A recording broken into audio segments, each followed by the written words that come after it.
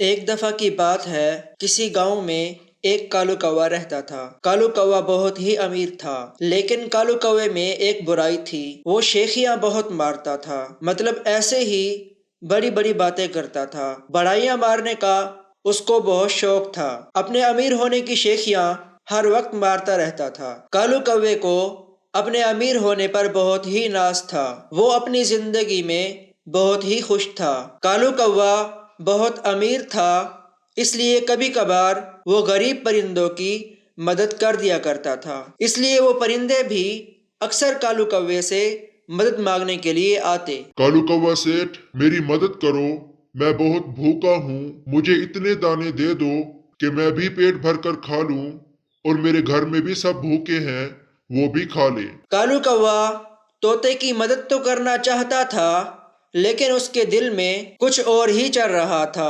ارے یہ طوطا تو یہیں پر ہی دانا مانگ رہا ہے، میں کیا کروں؟ اگر میں اس کی یہاں پر مدد کروں گا تو سب پرندوں کو کیسے پتا چلے گا کہ ان کے جنگل میں جو کالو کوا رہتا ہے وہ کتنا اچھا ہے، سب کی مدد کرتا ہے۔ پھر کوے کے دماغ میں ایک بات آتی ہے، طوطے بھائی، مجھے پتا ہے تم بہت غریب ہو، لیکن میں تمہارے لیے کچھ اچھا کرنا چاہتا ہوں۔ میں دانے کے ساتھ تمہیں گھر بھی دوں گا، اور تمہیں جب بھی دانا چاہیے ہو میرے پاس آ جانا۔ چلو ابھی میرے ساتھ چلو، میں تمہیں گھر دیتا ہوں۔ کالو کوا اپنا بڑا پن دکھانے کے لیے سب پرندوں کو جمع کر لیتا ہے اور ان سب سے کہتا ہے، دیکھو دیکھو پرندو، آپ لوگ سمجھتے ہو کہ میں امیر ہوں اور میں کسی کی بھی مدد نہیں کرتا، لیکن اب دیکھ لو میں اس طوطے کی مدد کر رہا ہوں۔ یہ طوطا تو بہت غریب تھا، اس کے پاس کچھ بھی نہیں تھا،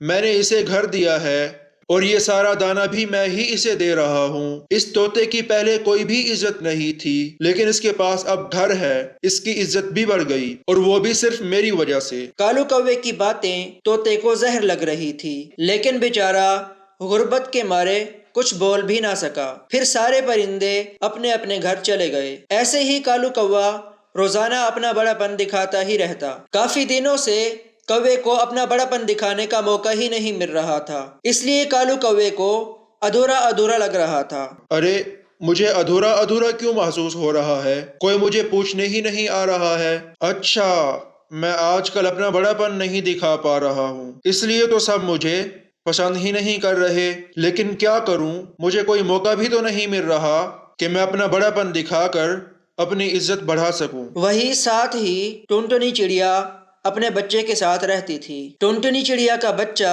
ابھی بہت چھوٹا تھا، وہ تو اڑ بھی نہیں سکتا تھا۔ ٹنٹنی چڑیا کو اس کی بہت فکر تھی، کیونکہ اس کے درخت کے نیچے خطرناک جھاڑیاں لگی ہوئی تھی۔ ٹنٹنی چڑیا کو ہر وقت وہی بیٹھنا پڑتا تھا، اگر وہ کہیں جاتی تو اس کا بچہ جھاڑیوں میں گر جاتا۔ اسی ڈر سے ٹنٹنی چڑیا بہت ہی کم اپنے گھونسلے سے نکلتی تھی۔ ایک دن ٹنٹنی چڑیا اپنے بچے کو گھونسلے میں رکھ کر باہر سے دانہ جمع کرنے گئی، تو تھوڑی دیر بعد بچہ ہلا اور وہ جھاڑیوں میں گر گیا اور ان جھاڑیوں میں پھنس گیا، لیکن اس بچے کو کچھ بھی نہیں ہوا تھا، بس وہ جھاڑیوں میں پھنس چکا تھا۔ پھر جب ٹنٹنی چڑیا واپس آئی تو اس نے اپنے بچے کو جھاڑیوں میں پھنسا ہوا دیکھا۔ یہ دیکھ کر بہت ہی پریشان ہو گئی اور پھر زور زور سے چیخنے لگی، ارے کوئی تو بچاؤ، کوئی تو بچاؤ، اب میں کیا کروں؟ میرا بچہ تو چھوٹا تھا، اس لیے جھاڑیوں میں گر گیا، اور اس لیے اللہ کا شکر ہے کہ بچ گیا۔ میں اسے بچانے کے لیے جاؤں گی تو شاید میرے ہاتھ پاؤں بھی کٹ جائیں۔ مجھے ایسا کرنا ہوگا جس سے دور سے ہی نکال لوں، مجھے جھاڑیوں کے پاس جانا ہی نہ پڑے۔ ٹنٹنی چڑیا کافی ٹائم تک سوچتی رہتی ہے، لیکن اسے کچھ بھی سمجھ نہیں آ رہی تھی۔ اب میں کیا کروں؟ مجھے تو کچھ بھی سمجھ نہیں آ رہی۔ ایک کام کرتی ہوں، کالو کوے کے پاس جاتی ہوں، وہ بہت سمجھدار ہے، اس کے پاس کوئی نہ کوئی طریقہ ہوگا۔ پھر ٹنٹنی چڑیا اڑتی ہوئی کالو کوے کے پاس جاتی ہے۔ کالو کوے بھائی، میری مدد کرو، میرا بچہ جھاڑیوں میں پھنس گیا ہے۔ میں نے بہت سوچا، مجھے کچھ سمجھ نہیں آ رہی، لیکن تم تو بہت سمجھدار ہو، تم کچھ سوچو اور میرے بچے کو بچا لو۔ اب تو کالو کوے کو بہت دنوں بعد اپنا بڑا پن دکھانے کا موقع مل گیا تھا۔ کالو کوا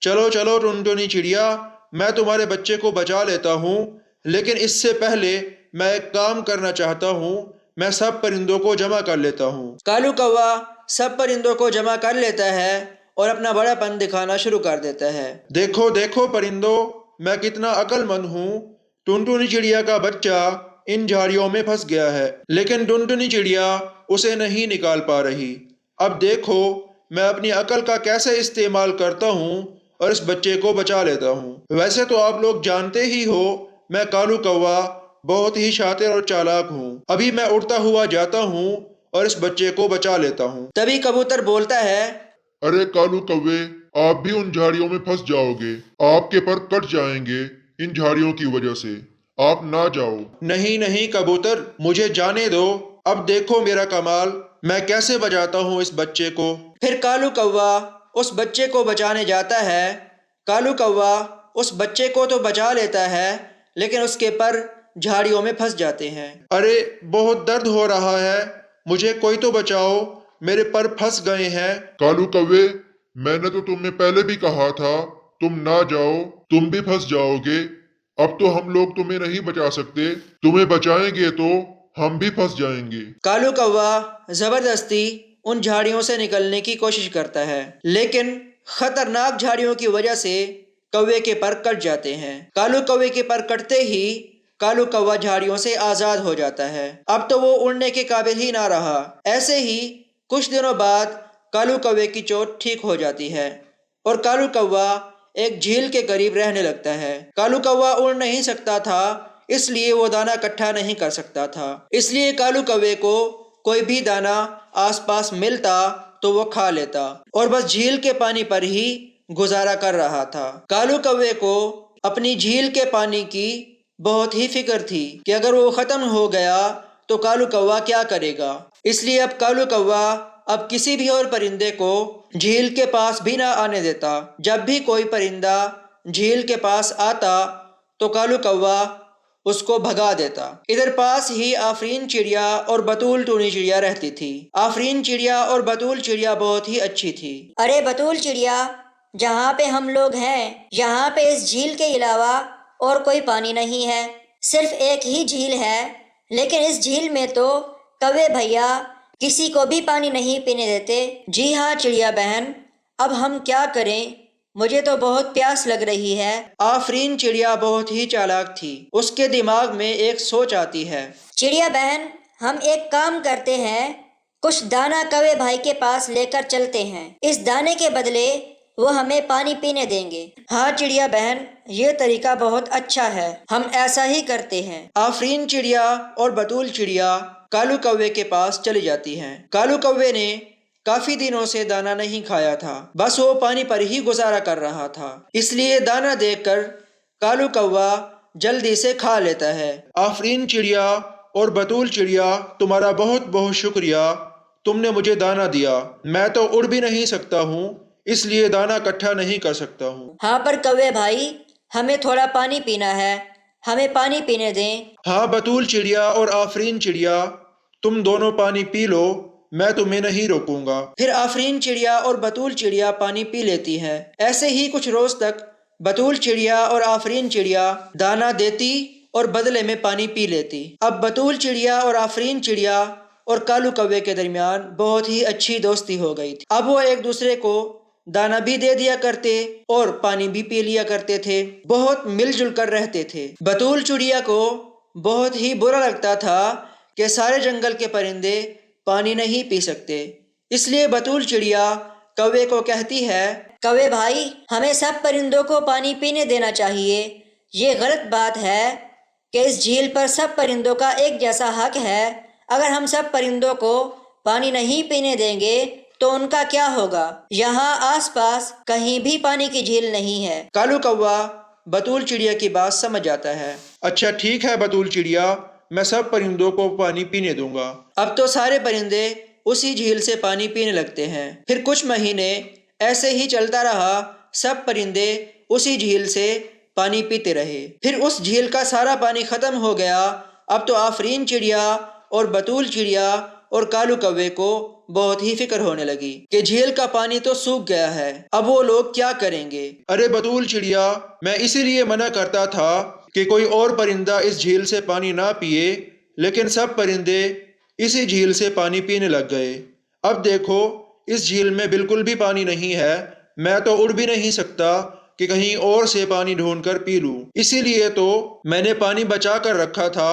جی جی کوے بھائی، اب ہم کیا کر سکتے ہیں؟ اس میں باقی پرندوں کی بالکل بھی غلطی نہیں ہے، پانی پر تو ان کا بھی حق تھا۔ لیکن بطول چڑیا، اب ہم کیا کریں گے؟ اب تو ہم پانی بھی نہیں پی سکتے۔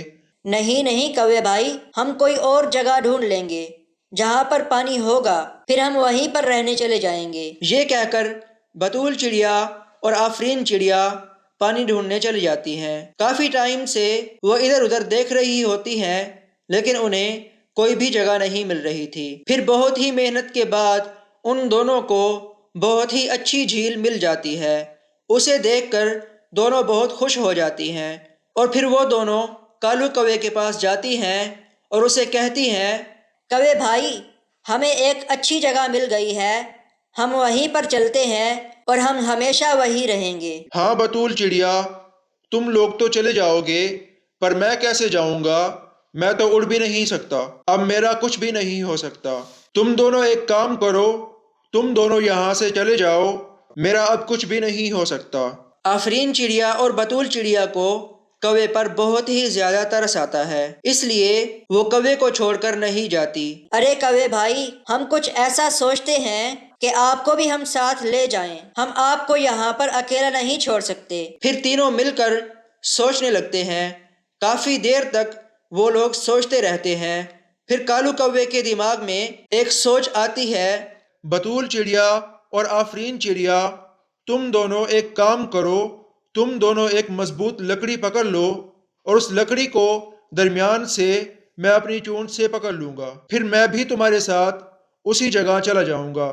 ہاں کوے بھائی، آپ ٹھیک کہہ رہے ہیں، لیکن اس میں بہت خطرہ ہے۔ آپ اپنی چونچ سے لکڑی کو تو پکڑ لو گے، لیکن آپ کو شیخیاں مارنے کا بہت شوق ہے نا، اگر آپ کچھ بول پڑے تو نیچے گر جاؤ گے۔ ارے ہاں ہاں آفرین چڑیا، تمہاری بات تو صحیح ہے، لیکن میں اتنا پاگل نہیں ہوں کہ اتنے خطرے والے موقع پر بھی اپنی شیخیاں مارتا پھروں۔ کچھ نہیں بولوں گا، جان بہت پیاری ہے مجھے۔ پھر وہ تینوں ایسے ہی کرتے ہیں۔ وہ اڑتے ہوئے جا رہے ہوتے ہیں، لیکن اڑتے اڑتے راستے میں انہیں کبوتر ملتا ہے۔ ارے واہ واہ آفرین چڑیا اور بطول چڑیا، آپ کے دماغ کی داد دینی پڑے گی، آپ دونوں تو بہت ہی عقل مند ہو۔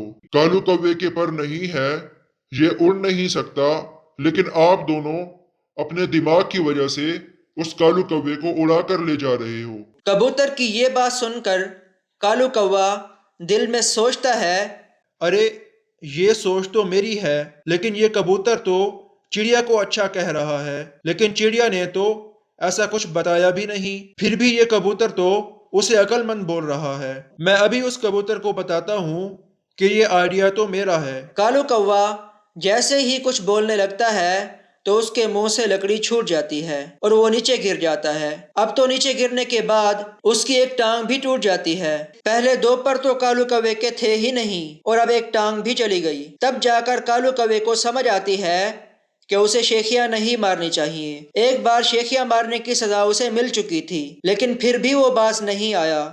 ارے اب میں کیا کروں؟ مجھے کتنا درد ہو رہا ہے، میری شیخیاں مارنے کی وجہ سے میرے پر بھی چلے گئے، اور اب تو میری ٹانگ بھی ٹوٹ گئی۔ اب میں بالکل بھی شیخیاں نہیں ماروں گا، میں اب سدھر جاؤں گا۔ اس کہانی میں ہمیں یہ سبق ملتا ہے کہ ہمیں ہر وقت شیخیاں نہیں مارنی چاہیے۔